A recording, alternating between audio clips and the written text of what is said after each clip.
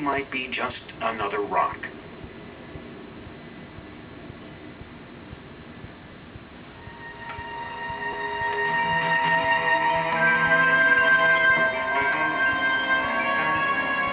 And that's why in Dr. Tyson's museum, Pluto is a Kuiper Belt object, not a planet. Ever since we made this decision about the exhibits, the mail has been coming in continuously. What do they think Pluto is instead of a planet? A moon? An asteroid? Usually it's a stack of mail gathered together from an entire science class who are trying to duke it out. And by the way, right on down to like second and third grade, like in pencil, barely spelling words correctly. Well, they already discovered it, and they already made it, so I don't think it's a very good idea. It's got lots of geographical features of the other planets. I think it should still be a planet. There's one of my favorite letters. There's a kid, I think in third grade, who says, Dr. Tyson, you're missing Pluto in your exhibit. By the way, here's a drawing of Pluto in case you want to know what it looks like. And he got out his purple crayon and drew it. So people care. Pluto is too round to actually be an asteroid or a moon. Suppose we reclassified Neptune. Do you think anybody would care? Actually, I don't think so. So there's something about Pluto. The third graders weren't going to have to fight for Pluto on their own. 16 years ago, a group of passionate Pluto supporters had gathered in an Italian cafe. They were astronomers who had been studying the littlest planet for their entire careers. They had one aim, to right the wrongs that had been done to Pluto. They were the Pluto Underground. Pluto had never really been treated like a real planet. NASA had put telescopes in space and sent probes to explore most of the solar system.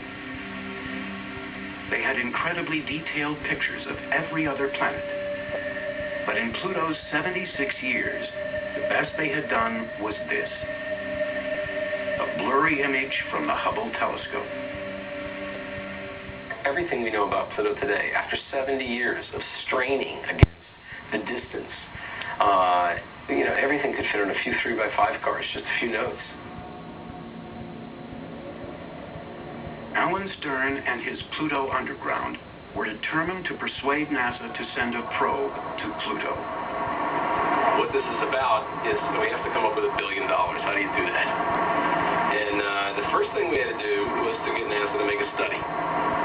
So I went to see the director of Solar System Exploration Division. I said, something I want to ask you. I was a graduate student at the time. I said, what's that? I said, this group of us that would like to know why you've never studied a mission to Pluto. And he said, well, nobody's ever asked me that before. He said, maybe that's a good idea. How many people are interested? I said, it's really exciting stuff. There are a lot of people who are interested. He said, prove it. Here we are, Launch Complex 41. The Pluto Underground started a mammoth letter-writing campaign that finally convinced NASA to give Pluto the same treatment as the other planets. See the sign on the side of them, they're ready to fly. It says loaded. Yeah, Benny, do you know which boot is being replaced? Tony, what do you guys know? 16 years after the Pluto Underground was born, Alan Stern was no longer the disgruntled graduate student. He was head of NASA's most adventurous scientific mission. Come out here, you can look up, you see about, maybe 30-40% of the way up the vehicle. That's 21 stories high, 205 feet to the tip. They were about to embark on a 10-year journey to the littlest planet. This is the tip of the sphere. The spacecraft is sitting here inside the nose cone, so to speak, inside the fairing, sleeping, unpowered, waiting for us to power it up for liftoff. As far as NASA was concerned, planet Pluto was very much on the map. It's a little surreal. There's not much time to contemplate. There's a lot to do still. It should feel more momentous, but I don't think I'll feel it's real until I see it fly.